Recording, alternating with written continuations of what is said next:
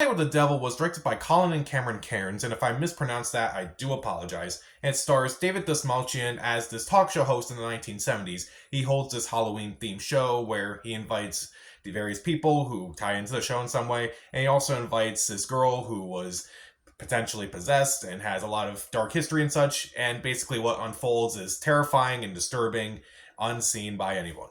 So this is a movie that I've been hearing a lot about for a while now, and I was kind of interested to see what this movie was going to be like. And I was surprised it was actually playing in my area. I'm like, oh, we're getting this movie in this area. I don't have to go all the way out of my way to see this movie. I'm actually very curious to see what this movie's like. And this movie is surprisingly really well done. I really enjoyed this movie. I like the acting. I do like the visuals. I do like that it's mainly all practical stuff. I do think this is a very creepy, very well done movie. Let's start off with the performances. First off, David Dastmalchian. I may be mispronouncing that. I do apologize for that as well. David Dastmalchian is fantastic in this movie. I thought he was a pretty good actor. He was a pretty good creepy actor, but in this movie, he definitely pulls back the creepiness a bit, and you can definitely see in this movie that he does play this guy who's like he's comical. He's very over the top. He's like, you can understand why he had the success that he did, but you also can understand like he's trying to hide stuff. He's trying to hide some things that might have happened to him and is like kind of like trying to avoid that.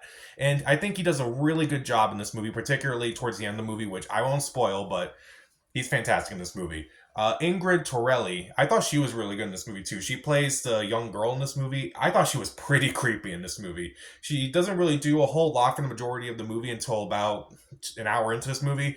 I thought she was really creepy in this movie, and I thought she did a fantastic job.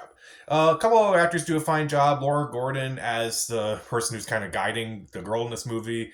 Ian Bliss, who's the skeptic in this movie, I thought he was pretty good. He was just kind of such a dick in this movie, and I thought he was really good.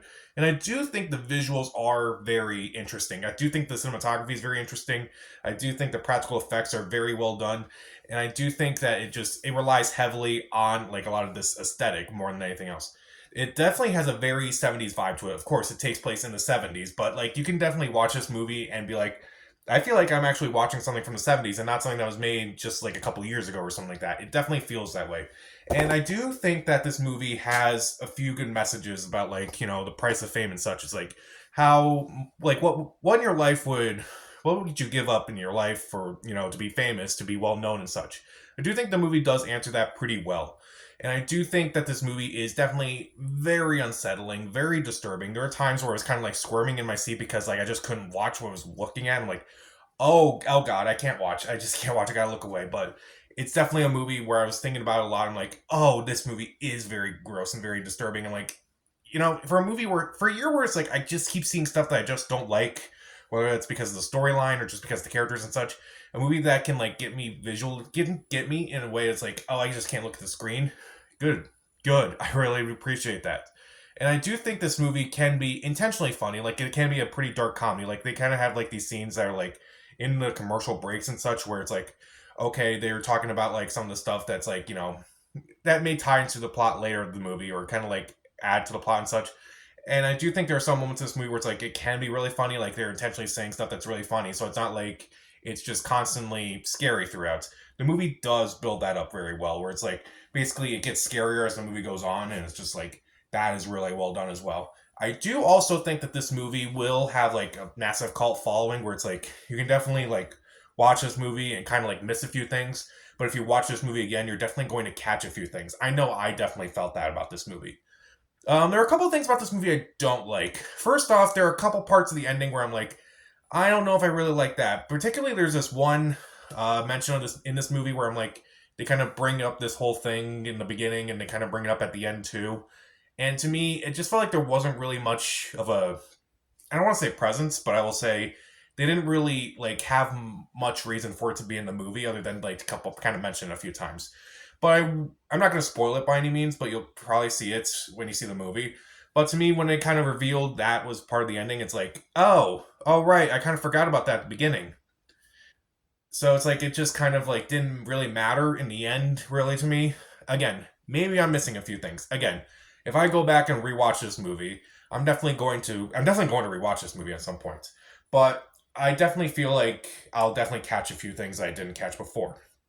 Also, there is a bunch of controversy surrounding the AI generated images. Yeah, I'm not a big fan of AI. I really don't like it. I'm actually very concerned about the use of AI these days. And to me, I just didn't really care for the AI generated images. I feel like they could have done a lot better with, paying someone who could actually do these. I feel like someone could have actually done these. And I just don't really understand why the filmmakers thought it was a good idea to do that. But other than that, I do think the movie is pretty creepy. I do think the movie is very well done. I think the acting is fantastic. I do think the production values are really well done, from the cinematography to the practical effects to the score to the very 70s vibe of this movie overall. It can be funny, it can be darkly funny, but it can also be incredibly disturbing, incredibly unsettling. And again, I do think the themes are interesting. Even though I kind of may have missed a couple things, and I'm like, oh, maybe I'll go back and rewatch it and be like, oh, you clearly were mentioning this throughout it. And again, some of the stuff involving AI, I'm like, maybe you couldn't have done that. But Late Night with the Devil is a definitely very disturbing movie, and definitely one that has stuck with me for since I saw it. I'll give Late Night with the Devil 3.5 out of 4 stars to see it. So, since this is technically a found footage movie, which admittedly I'm not really a big fan of, what's your favorite found footage horror movie?